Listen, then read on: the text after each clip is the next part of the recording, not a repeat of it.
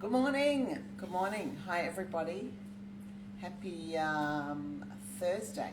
It is Thursday. Groundhog Day here in Sydney. Lockdown. Hope everyone is hanging in there and doing okay in lockdown.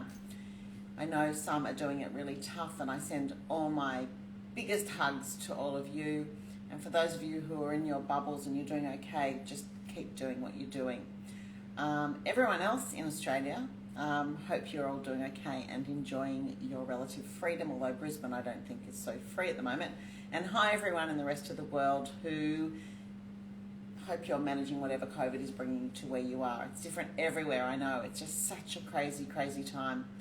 And every time someone whinges to me about the government or what's going on or the slow vaccine rollout, I just say, look around the world, it's a bloody pandemic. It's the way it is, and we're sort of I think we're really lucky here in Australia how we're going, but we do have to get vaccinated. We really do. Everyone's got to do their bit and go and get that jab. So good morning everyone. Hey to all my friends. I feel like we're building like a nice little friendship group hanging here in this group on a 11:30 in the morning. I know that Dorot's here a lot, and Calm and Lisa. I just love seeing you, Giant Cross Stitcher.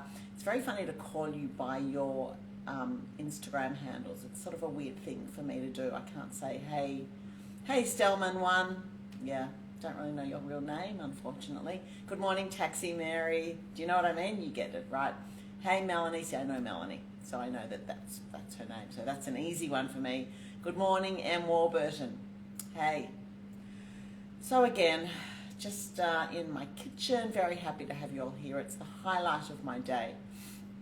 Hey Sephardi Spice Girls from Beverly Hills.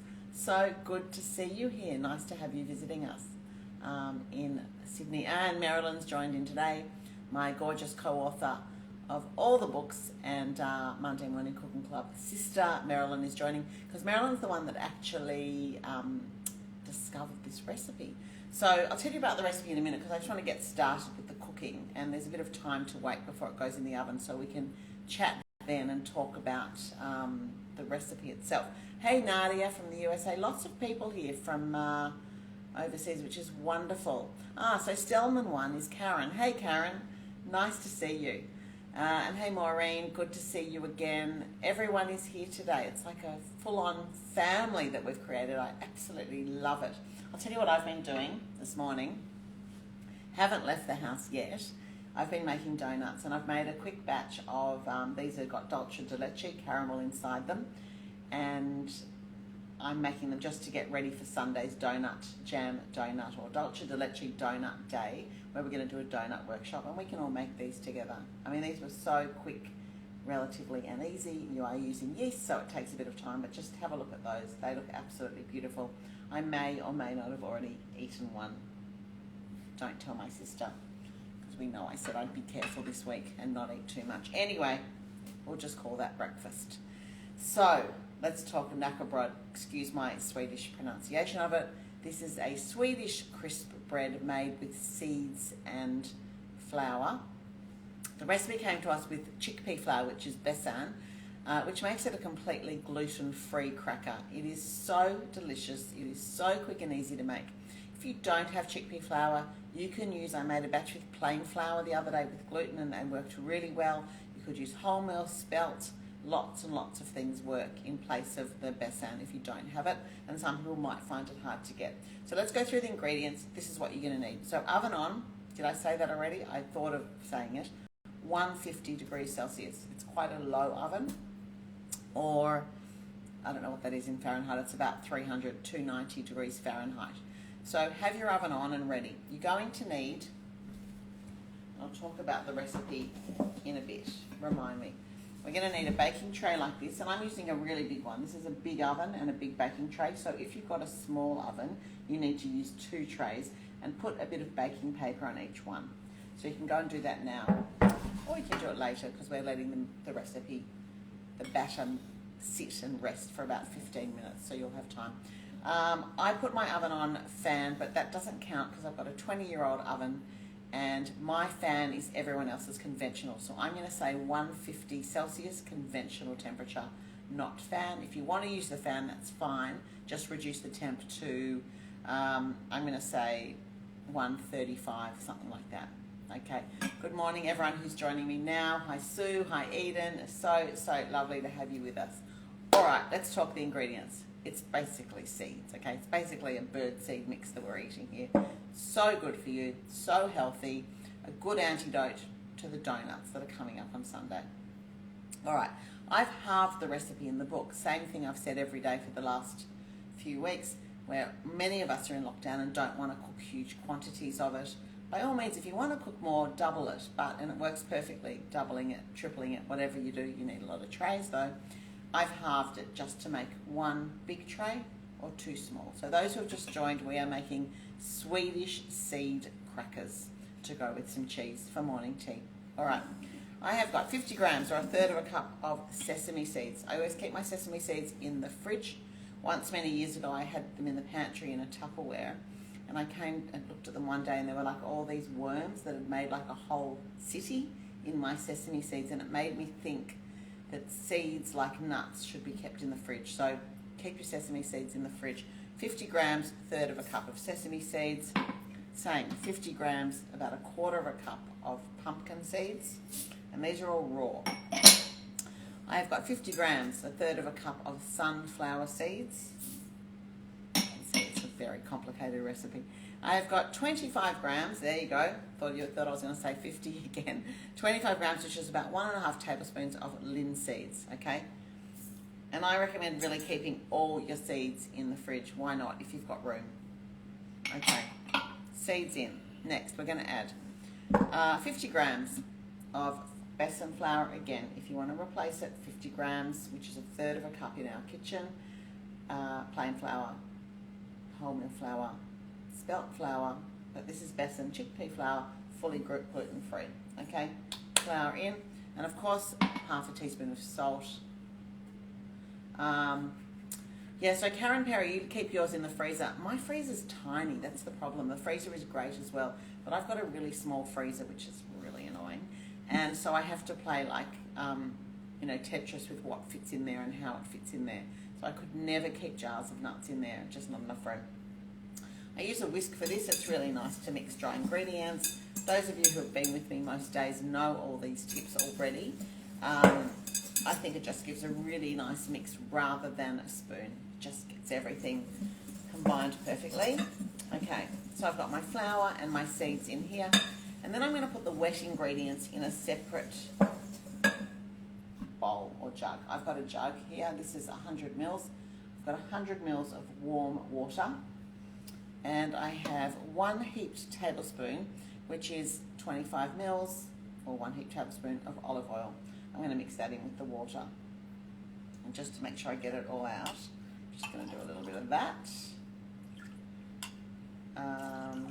Okay, got that. Done. So I have got my wet ingredients and my dry ingredients, which I'm just going to make sure they're really well combined. You know, once you add the wet to the dry, it's much harder to make sure that everything is combined throughout. If you can get your dry really well mixed before you add the next thing, you're not overworking anything because there's no liquid in here, and you're really making it easier to combine at the next step.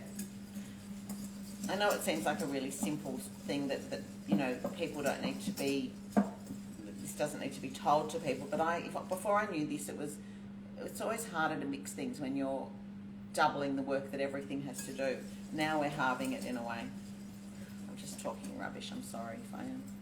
I actually didn't sleep that well last night, and I don't even know why. I didn't even have anything on my mind, but I just woke up early. I'll tell you why. I went to bed really late. I've been working on this project, a new project that I had in my mind, and I decided to start writing about it at 11 o'clock last night, which is always a mistake.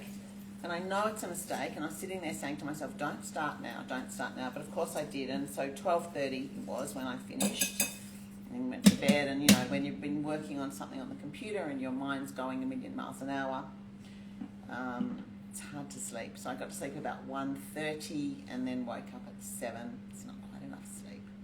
So if I'm not my usual sparkly self this morning, today, maybe you know why. All right. Here we go, dry ingredients and wet. You can do that, give a little mix. Trusty spatula again, get it out every day. You can see this is such a simple recipe. And I think I've said this to you every day this week. This is a 2-minute recipe. I'm just making it last half an hour so we can have some fun, distraction, entertainment. It's good for me, good for everybody who's here. Thank you, Claire Foreman-Turner. I'm happy you love my tips. And I'm sorry you keep hearing the same ones over and over again. Thank you, Carm. Okay, so you can see we've got a lovely liquid mixture. Very easy to mix, very nice. The recipe says to let it sit for 15 minutes until you spread it out. But yesterday I was in a hurry, as I am from time to time, or the other day when I made it, and I cooked it straight away. And it was actually fine. And it just cooked for a little bit longer because I think what happens is as it sits, the flour will soak up the liquid. It's going to get less liquidy and less wet. And therefore in the oven has less work to do because it doesn't have to get that liquid out. So I just cooked mine for an hour and a half instead of an hour because it was a very wet mixture. So let's leave it now because we can look at some other things. I want to show you the finished product and I want to show you how I'm going to eat it. So we're going to spread it in a minute. I'm just going to set that aside for the moment. Okay.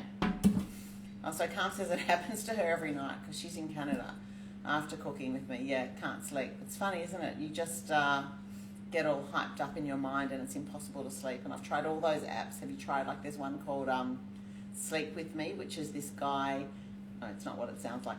This guy telling stories that don't make sense. So he tells these stories and they don't make sense at all. So your mind, it doesn't interest your mind. So you sort of lose interest and doze off, and that's the idea. So I listened to that for a while. And then I moved on to that meditation app called, can't remember what it's called. So anyway, no, it's a really good one. It's actually got all these stories and meditation assistance and all that. And they have also stories that help you fall asleep with sound as well. And you can, anyway. Does anyone else have trouble sleeping? Apart from Carm over in Canada? I mean, I think we all have ideas like a nice bath before bed is quite good. A glass of warm milk is nice, all these things. So that's what I'm trying because I need my sleep. Otherwise I stand here and talk crap for half an hour and anyway. There is one called Calm, but that's not the one I'm thinking of. I know there is called Calm. Is it called Headspace? Is it called Headspace maybe? And you subscribe to it. You pay $20 a year or whatever. And I found that really good. But then, yeah, anyway. Okay. That's going to cook when we cook it, and we'll put it in the oven in a few minutes. I want to show you what it looks like when it comes out of the oven. Okay. I think it would have been too much to keep you here for an hour while we watched it cook. Of course, I could talk for an hour, but I don't think that's what we're here for, really. So this is the one I made yesterday. And I've made it thicker than Marilyn does. I know Marilyn loves to make it really thin, I think. And I like it really thick because I want it to be really a substantial cracker. And it's just fantastic. It's light brown. It is absolutely crisp and absolutely delicious. And what I'm going to do is, because I called this cheese and crackers, is I've got one of my favourite cheeses, and I love Australian cheeses so much, but this is an English cheese that I absolutely love called Jack's Cheddar, and it's my favourite. I'm a bit addicted to it. So I've got my Jack's Cheddar ready to go. I'm going to put some crackers on the board, and it's just nice, I mean, especially for those of us who are home in lockdown, even for those who aren't, just to get yourself a nice board out, put a piece of cheese on it, put your crackers on it. Just feels a bit special, you know, like you're at a cafe or a restaurant or someone else's house. I think we've got to spice up our kitchen life a bit while we're in lockdown especially.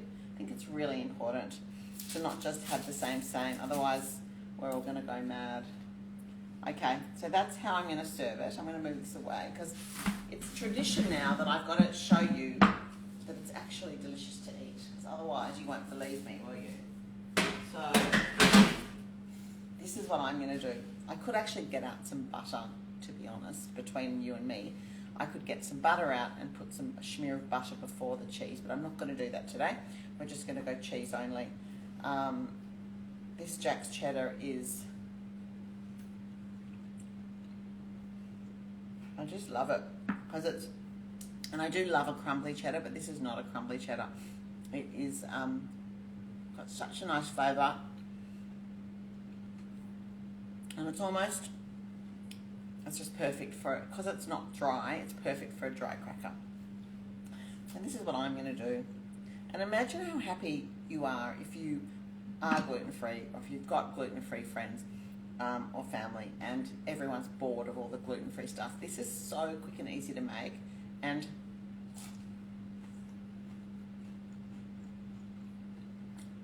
bloody outstanding. Really good. Okay, put that away for now. Now I'm going to tell you about where the recipe comes from. So, a few years ago, what year was it, Marilyn? I think it was, let me just work this out, 2018. I'm going to say 2018. We were invited by the crew at the Glen Innes fair. It's like an agricultural fair every year in Glen Innes in New South Wales, to be the guest cooks at their amazing weekend. They have a gourmet fiesta as part of this agricultural fair. Agricultural, it's like a show. And we said yes, of course. Why wouldn't we say yes? And we went, the four of us, Jackie, Natanya, Marilyn and I, went to Glen Innes for the weekend, and we did all these cooking demos, and it was extraordinary. We met the local people, the gals there who invited us, and they are the most beautiful people. We had an absolute ball. They welcomed us with open arms, and Marilyn loved it so much that she went back. She's been back many times now, and she's become really great friends with a lot of the Glen Innes women, and it's really lovely to see. And she went back, I think, straight after the weekend that we did, and she met Belinda Norton, one of Glen Innes gals, and Belinda had these crackers for lunch. Marilyn must have gone to her house, and of course Belinda shared the recipe with Marilyn, and Marilyn shared it with us, and then we talked about it, and we spoke to Belinda, and it comes from Belinda's friend Sam from Sweden, and it's in the book. So it's in our book. Thank you to Belinda, thank you to Marilyn, thank you to Glen Innes for having us, that it's now has made its way into the book, now for something sweet, and we're so happy to have it. It tells a little story about Monday Morning Cooking Club, about the funny things we do. Like, who would think that four Jewish, middle-aged women, I hate to put us as that, but we are, from Sydney, end up in rural New South Wales in Glen Innes on the stage teaching our beautiful heritage recipes to a whole new group of people. It was absolutely such an experience, one of our best, really one of our best. And maybe one day we'll go back again and do it again. We had so much fun. You may ask why there is a savoury recipe in our sweet book. The reason is we have one savoury chapter. We thought it was too much to give you sweet. We all need a bit of salt, something salty at the end to relieve that sweetness. It's just too much. So we have a chapter in here called A Drink and a Nut. And the reason it's called A Drink and a Nut is quite funny, because lots of stories today. I guess there's not much cooking. So I'll tell you this story because it's one of my favourites to tell. So Marilyn and I were on a panel years ago, 7-8 years ago, in Woollahra somewhere doing something. And the question we were asked is, what do you call it when people come over for a drink and a snack, an hors d'oeuvre? Like, what do you call it? What do you say to people? Come over for ... right? And Marilyn really didn't have a thing, I don't think, and she couldn't really think of something. But I said, you know what? My mum always used to say to people, come over for a drink and a nut. Come over for a drink and a nut. And Marilyn thought it was the funniest thing she'd ever heard. And so we talked about this on the panel, and everyone thought it was hilarious. Who says a drink and a nut? But my mother did. And she would invite them over. She would have whatever they were drinking and a bowl of my dad's roasted almonds. My dad used to make the best roasted almonds. I've got such beautiful memories of it. I tell the story in the book. Anyway, that's why the chapter is called A Drink and a Nut, because it's the things you have with a drink. A little snack, a little hors d'oeuvre, a little, I don't know what you call it, a little morsel of food. So that's what it is. And that knuckle bread fits in perfectly to that description. So now when you have friends over, when we're allowed friends over in Sydney or anywhere else, also when you're allowed friends over in Melbourne, you can say, come over for a drink and a nut. You can start a new thing. And then they'll go, what? What do you mean? And then you'll explain the story. Okay, I think we're ready to go. So I see Marilyn says she now asks people over for a drink and a nut. I love it. Exactly. I don't actually do it. I don't have friends over for a drink and a nut. I don't have friends over for drinks. Maybe it's something I've got to start. You know, it's always either dinner or lunch. I don't know why. Maybe it's something I need to start. Who has people over for drinks? Do people do that anymore? Marilyn does. Maybe if you're going to the theatre or something and you say, come over for a drink before the theatre. But I would just say a drink, and then I would give them a drink and a nut. I don't know. What does everyone think? Love to hear what you think. I'll have a sip of my lovely tea. All right, so we've got our mixture like this, and I'm just going to pour it onto, and it's thickened up quite a lot because of course the flour has absorbed the liquid. And best thing to use is this. Marilyn, it's like the Marilyn show today. Marilyn introduced me to this. She bought me one once, a little one. I've got a, where is it? I was just using it, yeah. Okay. So Marilyn bought me this years ago. It's called a small offset spatula, and it is the handiest thing. And then we found this one. This is what you need for this. You don't have to have it, of course. You can use anything. You can use a knife, you can use a spatula, silicone spatula, but this is really good for this job. So I'm going to hold my baking paper. You can see I'm putting my hand there to hold it, and I'm just spreading it up. It's actually better if you, and I haven't done it, if you get a little bit of olive oil spray and you spray underneath your baking paper, which I didn't do, it just sticks it down a bit and it makes this job a bit easier. Okay, I did it in a hurry this morning, so I forgot about that. So I'm going to stick that down. It just means it's going to stick a bit better, and we're just smearing it all over. You can do it as thick or as thin as you like. Just have to adjust the cooking time, that's all. Good question. Paper or a matte, a silicone matte? Silicone matte is fine for this, works really well. Just you need something. I don't want it to stick to the tin, to the baking tray, I should say. Yeah, so Karen Perry says she often has people for drinks, but it always turns into dinner, so you have to be prepared. But you know what's good about that, Karen Perry, is that you don't have to, the pressure is less because they know you didn't expect them to stay for dinner. So you say, come over for a drink, and then, oh, it's turned into dinner, and you happen to have, oh, I've just happened to have some pumpkin ravioli that I've made, or whatever, or not, and it sort of relieves the pressure of entertaining, doing it that way. I like that. Impromptu makes it easier. I hate pressure. I don't know how you all feel about that. So all I'm trying to do here, and it doesn't need to take as long as I'm taking, I'm just not concentrating. You want a smooth layer with not too many gaps, because a gap will mean just a break, which isn't the end of the world. But you want it to be even so it cooks evenly, otherwise you'll have some that's soft and some that's hard. So I'm just smearing it, technical term, as best as I can, holding the paper. And I find that this quantity, this half quantity of the batter, is almost a giant tray of this, okay? So remember, if you've got a smaller oven, you might need 2 trays, okay? So I'm just going to pat it and smear it until I have a lovely even layer. I take my time, there's no rush. No rush at all today. Is anyone cooking along? Would love to see. Give me a thumbs up. I know it's hard to smear and type or whatever at the same time. Please give me a thumbs up or a heart if you're cooking along, because I'd love to know. And please do send me your pics or post them on Instagram and tag us so I can repost.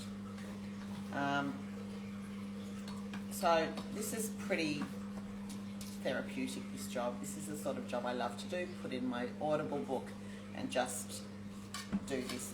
You don't have to think about it. You don't have to concentrate. That's what I love. Oh, lots of thumbs up. Excellent. Melanie, Lisa, M. Warburton, Lulu, Dorothy. Love it, you guys. Love it. Okay, so what do you think, Marilyn? Are you happy with that or not? You see? Got a few holes. How's that look? Okay, so remember, as thick or thin as you like, you just have to adjust the cooking time.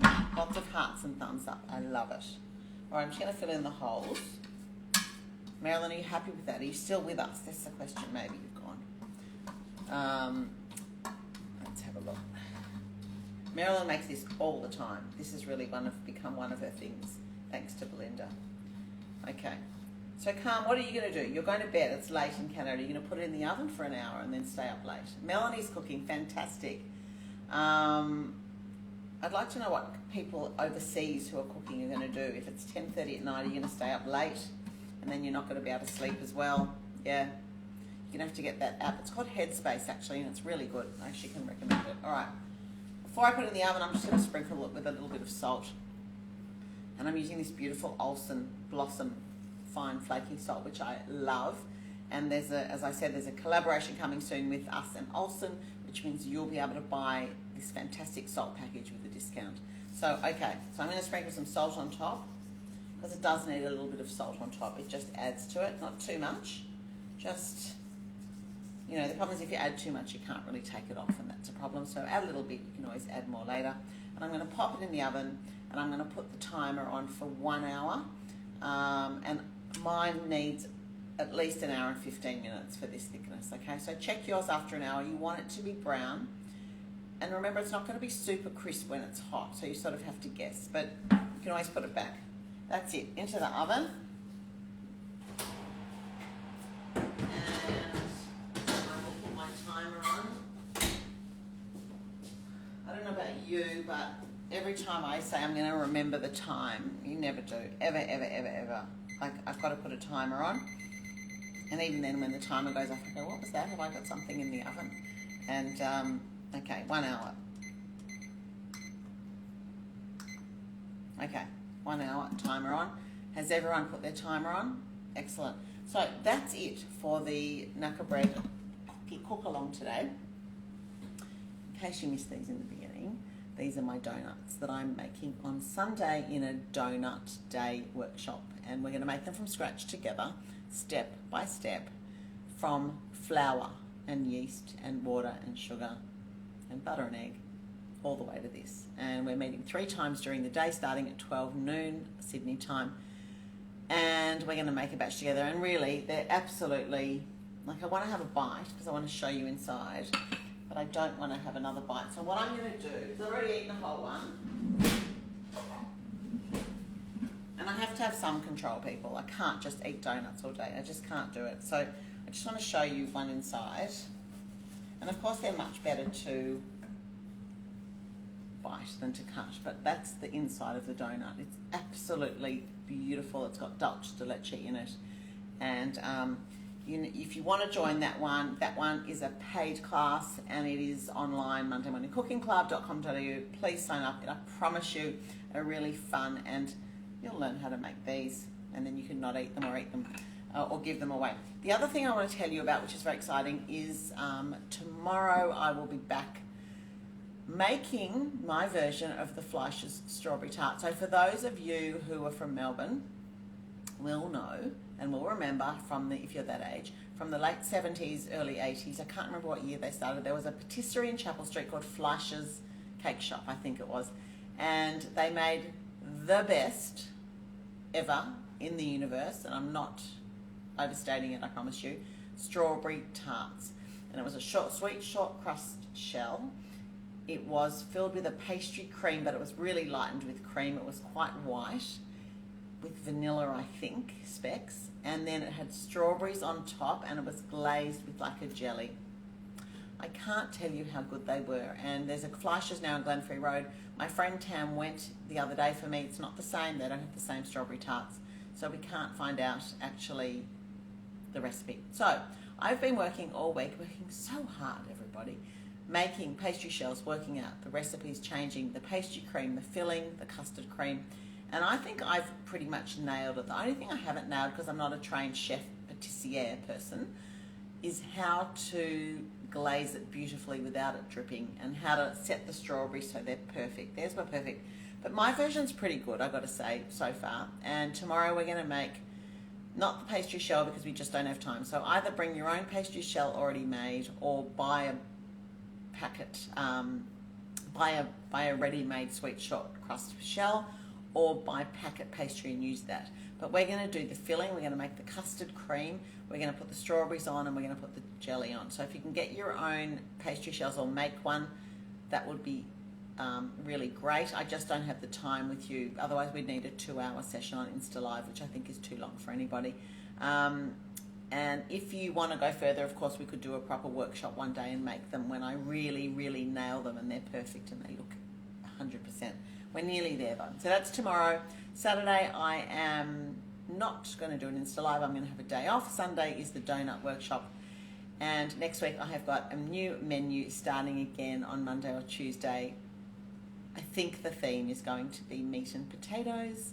That's what I'm working on at the moment. I'll finish it today or tomorrow. One more thing, bit of news. I'm going to be doing another collab cooking class with Michael Rantisi from Keppel Street Kitchen. I might be saying this prematurely, but it's going to come up on the website and social media soon. We're going to do a Sunday early lunch brunch thing, Sunday week the 15th, and it's going to be vegetarian and bloody delicious. And we're going to cook along. We're going to send you the ingredients if you're in Sydney. And you can cook along step by step with us to make lunch. If you're not in Sydney, you can just sign up and get the recipes and cook with us. So watch out for that. That's everything I have to tell you today. I just want to urge you all to stay home if you're in lockdown, stay safe, get vaccinated or make a booking if you can, if you haven't already, and keep on cooking and keep joining me here because I love being with you every morning. It really, really makes me happy. And I hope it makes you happy too, because I feel like we've got this beautiful family that we're creating together. So bye for now. I'm signing off. I'm going to go play with some more donut dough, and I'll see you all tomorrow. Oh, hi from Tokyo. Wow, that's cool. Great to have you here. I love it that we've got people from all over. It's really beautiful. Thank you all. Bye, Dorothy. See you, everybody. See you, Karen. Bye-bye. Don't forget that your crackers are in the oven, okay? I can't remind you in an hour to take them out. You'll have to remind yourself, okay? I've got mine. Bye, all. See you all.